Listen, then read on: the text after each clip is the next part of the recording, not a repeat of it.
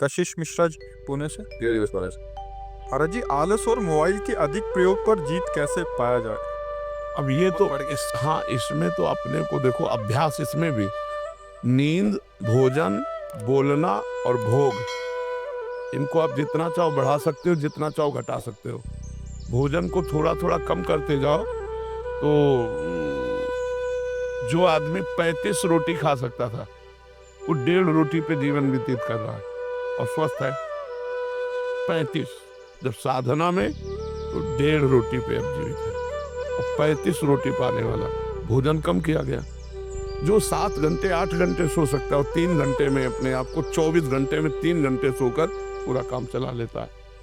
बोलने का अभ्यास बहुत होता है, मौन रखना बहुत कठिन होता है। कम बोलो, कम सो, कम खाओ और भजन करो तो आलस से खत्म हो जाएगा।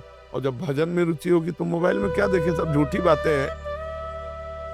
कोई सीरियल है, कोई सिनेमा है, कोई नौटंकी, सब झूठी बातें, क्या देखना है उसमें?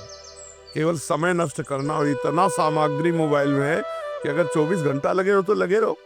फेसबुक है और कौन इंस्टाग्राम जो का, हाँ ये सब इसी में लगे रहो, इसी में पहले मैं चाहता फ़ोन दो तो बाद में मैंने आपके चैनल सब्सक्राइब किया। जब भी कोई चैनल हो तो पूरे फ़ोन में सिर्फ आप ही आते थे 24 घंटे। हाँ, अगर सत्संग सुनोगे तो बुद्धि शुद्ध रहेगी। उससे मुझे 6 महीने में इतना फ़र्क पड़ा कि मतलब कि पहले सिर्फ मैं नेगेटिव पूरा वैसा था। कश्मीर मेरी पोस्टिंग है बैंक में, वहाँ रहना मतलब कि अकेले कश्मीर वैसा माहौल भी नहीं है वहाँ, मतलब कि रहना वैसे। अब सिर्फ राधा नाम सुबह सुबह लो, उसका आपने का चक्रवर्ती जी पढ़ो, वो पढ़ो, फिर सब करो। मतलब कि अपने बुक बोलती साधक संजीवनी, वो पढ़ो। बुक से मतलब कि इतना तो पॉजिटिव होता है, फिर के बस जो है बस यही है कि बहुत सुंदर। ऑनेस्टली ऐसा होता है कि जैसे आपका रील देखते कोई, ठीक है, तो फिर एकदम उत्साह होता है कि अभी सुबह 4 बजे उठेगा, 4 बजे का अलार्म भी लगा दूंगा मैं और इतना घंटा मतलब माला करना है, मोबाइल सिर्फ आधा घंटा यूज़ करना है वरना स्विच ऑफ करके रख।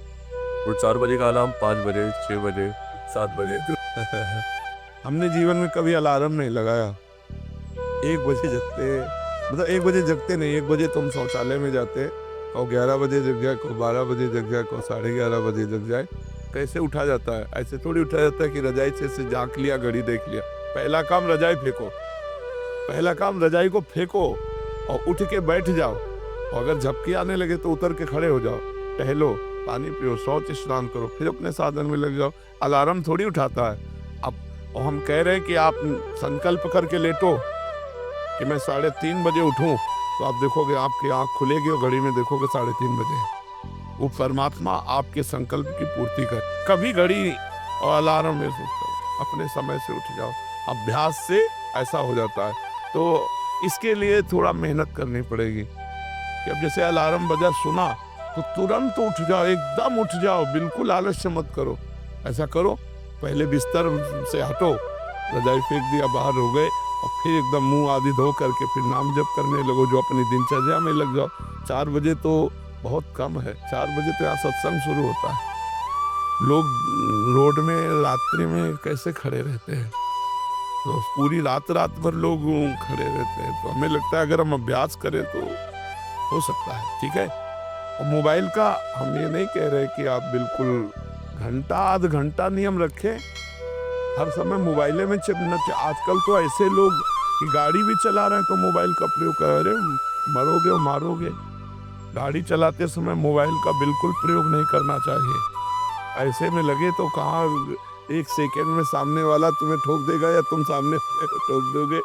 मोबाइल बहुत अच्छी चीज़ है, बहुत बुरी चीज़ है, दोनों बातें। अच्छी चीज़ है कि आप अच्छे उसमें से चैप्टर ले सकते हो, प्रसंग ले सकते हो, समय पर आप किसी को फ़ोन कर सकते हो।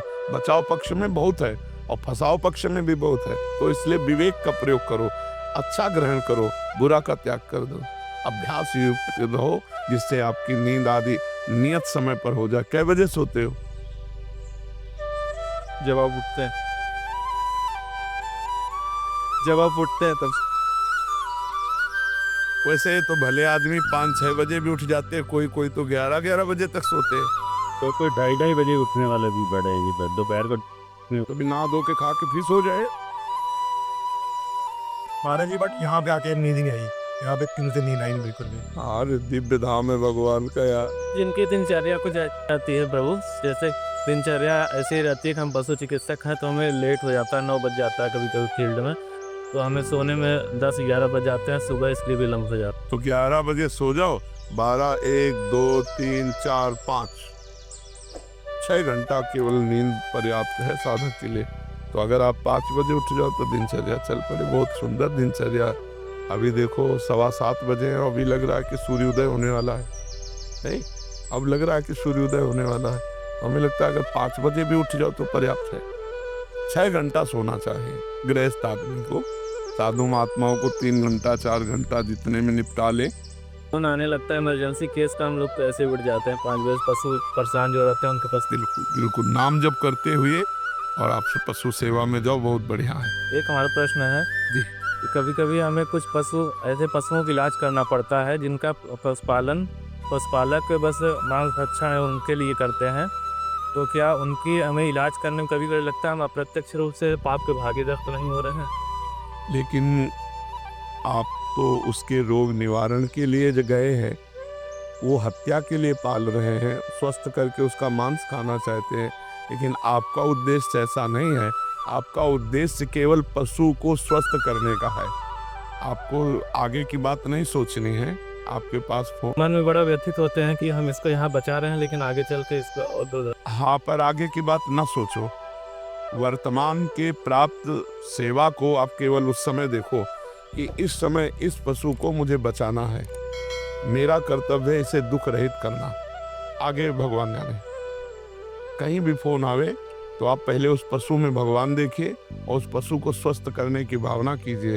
यदि हम ऐसा सोचें कि इसको कल कोई मारेगा तो आज ही हम मार रहे हैं, क्योंकि हमें सूचना मिल गई कि वो रोग से ग्रसित है और हम नहीं गए तो वो तो कल मारता, आज हमने मार दिया। हम जाकर आज उसे बचाएंगे, कल भगवान जाने उसका परिणाम क्या होगा, है नहीं। हर जीव का परिणाम अपना है, इसलिए ऐसे विचार के द्वारा हम उस जीव की सेवा करते हैं। आगे का केस भगवान संभाले कि वो हत्या करेगा कि क्या करेगा। हम वर्तमान को देखकर उसको दुख निवृत्त कर देते हैं।